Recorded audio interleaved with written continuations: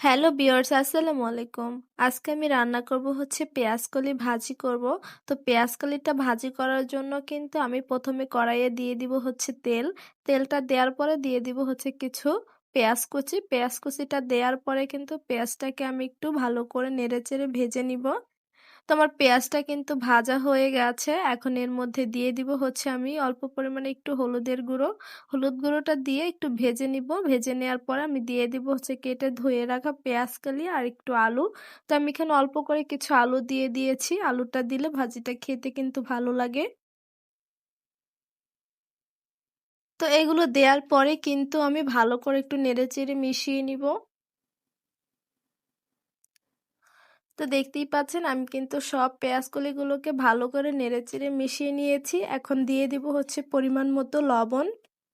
লবণটা দেওয়ার পরে কিন্তু আমি ভালো করে আবার একটু নেড়েচেড়ে মিশিয়ে নিব। তো সব কিছু আমি ভালো করে কিন্তু মিশিয়ে নিয়েছি। এখন একটু নেড়েচেড়ে ভালো করে তারপরে আমি একটু ভাজা ভাজা করে নিব।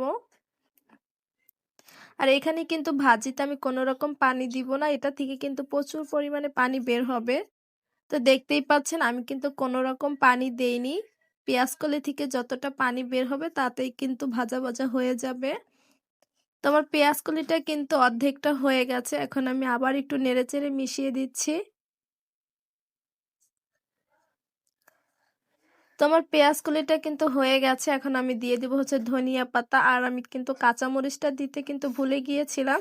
তো এখন কিন্তু কাঁচামরিচটাও আমি দিয়ে দিচ্ছি। মরিচটা যেহেতু সিদ্ধ হবে না তারপরও দিয়ে দিলাম। তো এগুলো দেওয়ার পরে কিন্তু আমি ভালো করে আবার একটু নেড়েচেড়ে মিশিয়ে নিব। তো আমার মিশিয়ে নেওয়াটা কিন্তু হয়ে গেছে। এখন আমি আরো কিছু সময় একটু জাল করে নিব। তো দেখতেই পাচ্ছেন আমার পেঁয়াজকলিটা কিন্তু ভাজি হয়ে গেছে। এখন আমি নামিয়ে নিব। এই ভাজিটা একটু মিষ্টি লাগে কিন্তু খেতে ভালো লাগে।